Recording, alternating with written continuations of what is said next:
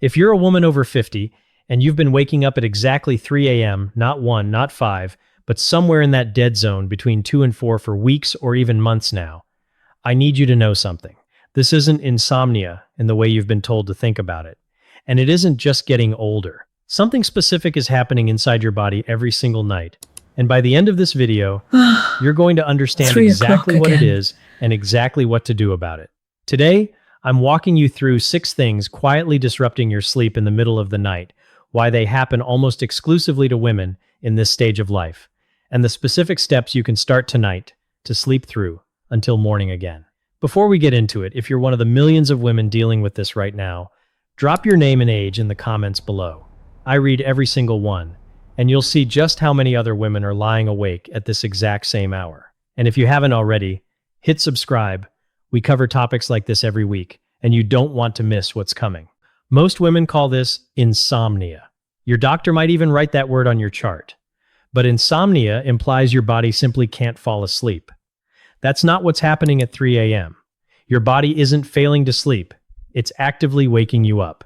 There's a difference, and it matters, because it means this pattern isn't random, and it isn't something you're stuck with for the rest of your life. Research tracking women through the menopause transition estimates that more than half report this exact pattern of middle-of-the-night waking. And for a large number of them, it starts years before a single hot flash ever shows up. This isn't a fringe symptom. It may be one of the earliest signals your hormonal landscape is shifting. Strategy 1. Stop the blood sugar crash. The first thing working against you happens hours before you even go to bed. If dinner is light on protein and heavy on refined carbs, pasta, bread, a glass of wine, with little else your blood sugar spikes and then drops sharply around 2 to 3 a.m. That crash triggers your adrenal glands to release cortisol and adrenaline to bring your glucose back up. And those stress hormones are extremely effective at jolting you out of sleep. Research on nocturnal hypoglycemia has shown this exact mechanism, a middle-of-the-night blood sugar dip that correlates directly with spontaneous awakenings, independent of any other sleep disorder. The fix is simple. Eat a dinner with at least 25 to 30 grams of protein. And if you tend to wake up ravenous or shaky, a small snack with protein and fat before bed, a few almonds, a spoonful of nut butter, a slice of turkey can prevent that crash from ever happening.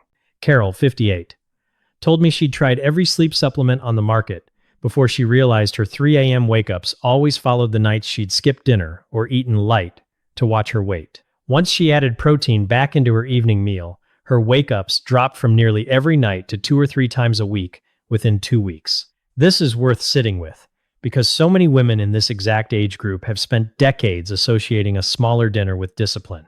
But a body running on too little fuel overnight isn't being disciplined. It's being put under stress. And stress hormones are precisely what's dragging you out of sleep. The goal isn't to eat more overall. It's to make sure what you eat in the evening actually holds your blood sugar steady for 8 hours.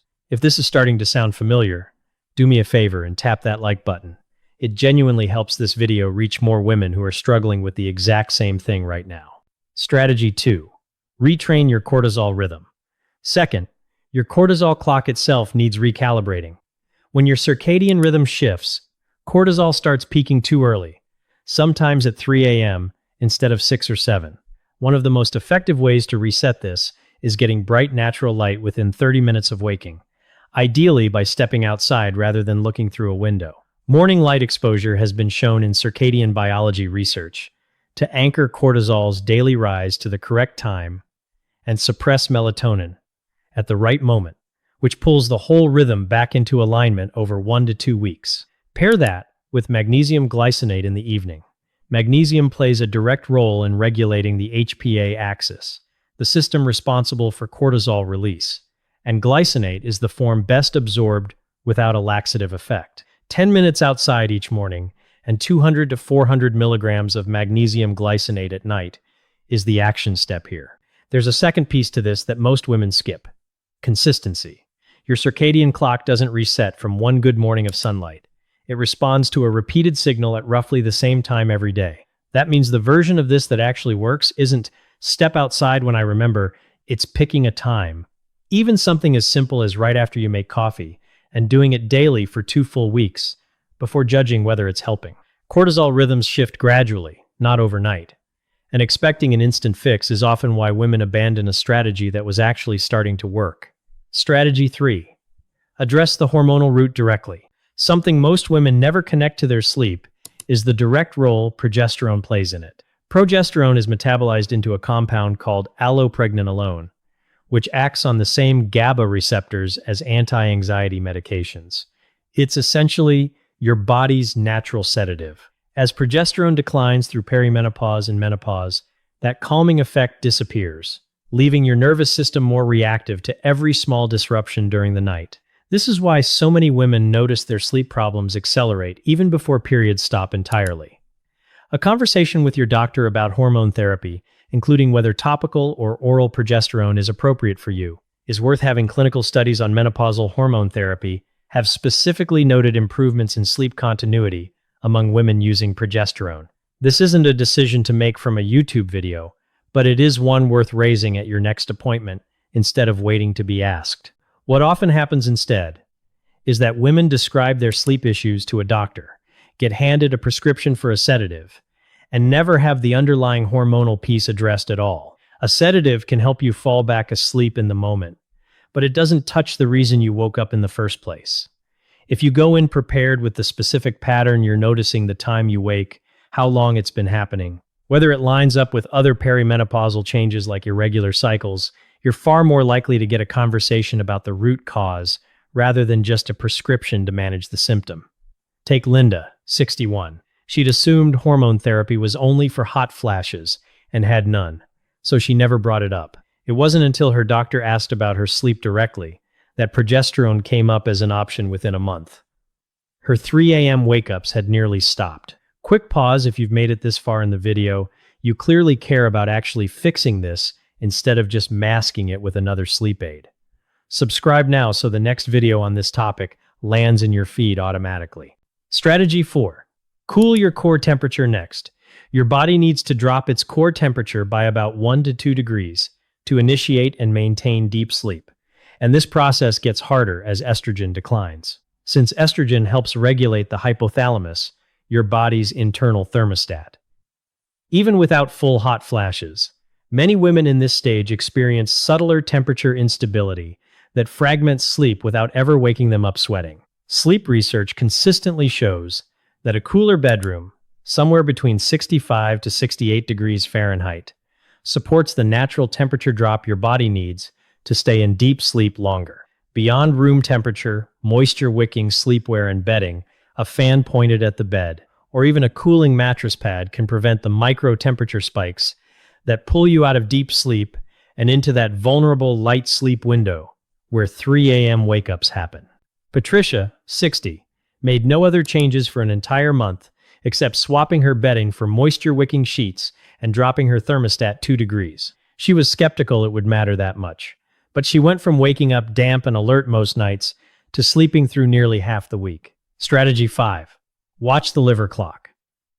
Few people realize this, but if your wake-ups cluster specifically between 1 and 3 a.m. rather than later, there's a metabolic angle worth considering. Your liver does the bulk of its detoxification and glycogen processing work during these exact hours. Alcohol, even a single glass consumed with dinner, forces your liver to prioritize metabolizing that alcohol over its normal overnight processes, which can trigger a cortisol and adrenaline release in the early morning hours as blood sugar drops and the body compensates. This overlaps directly with strategy 1, but the alcohol piece specifically is worth isolating, because many women who've already fixed their evening protein intake are still waking up on the nights they've had wine. If you notice a pattern between your wake-ups and the nights you drink, that's not a coincidence. Try cutting alcohol on weeknights for 2 weeks and track whether the pattern shifts. What makes this one tricky is that alcohol often makes you fall asleep faster, so it feels like it's helping, even while it's setting up the exact crash that wakes you a few hours later. If you're someone who's used a nightly glass of wine as a wind-down ritual for years, this is usually the hardest strategy on this list to actually follow through on. Not because the fix is complicated, but because it means changing a habit tied to relaxation itself. Replacing it with a warm, non-alcoholic ritual at the same time each evening herbal tea, A few minutes of stretching can preserve the wind-down cue without the metabolic cost. Diane, 55, didn't believe alcohol was the issue until she went 2 weeks without her usual glass of wine at dinner. Her wake-ups went from 5 nights a week to 1. If you're finding this useful, share it with a friend who's been complaining about the exact same 3 a.m. wake-ups. Chances are she hasn't heard any of this from her own doctor. Strategy 6. Rule out sleep-disordered breathing. Last, and this one surprises almost everyone, weight redistribution during menopause. Even modest weight gain around the neck and abdomen increases the risk of sleep apnea and upper airway resistance conditions that are dramatically underdiagnosed in women because they don't present the way they do in men. Instead of loud snoring and daytime collapse, women's sleep apnea often shows up as exactly what we've been describing: waking abruptly in the middle of the night, sometimes gasping or with a racing heart, followed by difficulty falling back asleep. Sleep medicine research has repeatedly flagged this as a major reason menopausal women's sleep-disordered breathing goes unrecognized for years. If you've addressed everything else on this list and you're still waking up, especially if you wake up short of breath, or your partner has mentioned snoring or pauses in your breathing, it's worth asking your doctor for a referral to a sleep study. This is not something to self-diagnose your way through. Sandra, 63, spent almost 2 years cycling through supplements, hormone creams, and sleep hygiene changes with only partial results, before a sleep study finally revealed mild sleep apnea that had developed alongside her menopausal weight changes.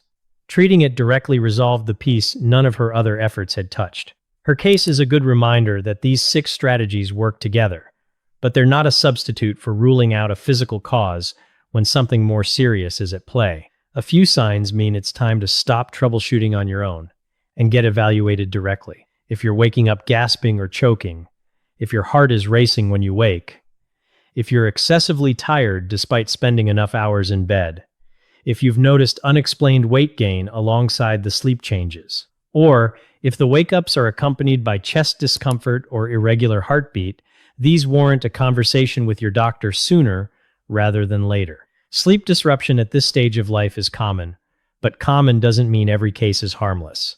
And ruling out sleep apnea, thyroid issues, or cardiovascular concerns is worth doing rather than assuming it's hormonal by default. It's also worth paying attention to how long this has been going on. An occasional rough night here and there is normal for anyone, but a consistent pattern lasting more than a few weeks, especially one that's getting worse rather than better, despite your efforts, is your body's way of asking for a closer look rather than another home remedy. So to bring it all together, your 3 a.m. wake-ups usually come down to some combination of 6 things: a blood sugar crash from your evening meal, a cortisol rhythm that's shifted out of alignment, declining progesterone, removing your body's natural calming effect, a core temperature that isn't dropping the way it should, liver processing demands colliding with alcohol intake, and in some cases, undiagnosed sleep-disordered breathing. These aren't 6 separate problems. They're 6 entry points into the same underlying shift your body is going through right now. Your hormones, your blood sugar, your temperature regulation, and your breathing are all connected pieces of one system that's recalibrating. And once you start supporting that system instead of fighting individual symptoms, most women see real change within 2 to 3 weeks. You don't need to tackle all 6 at once.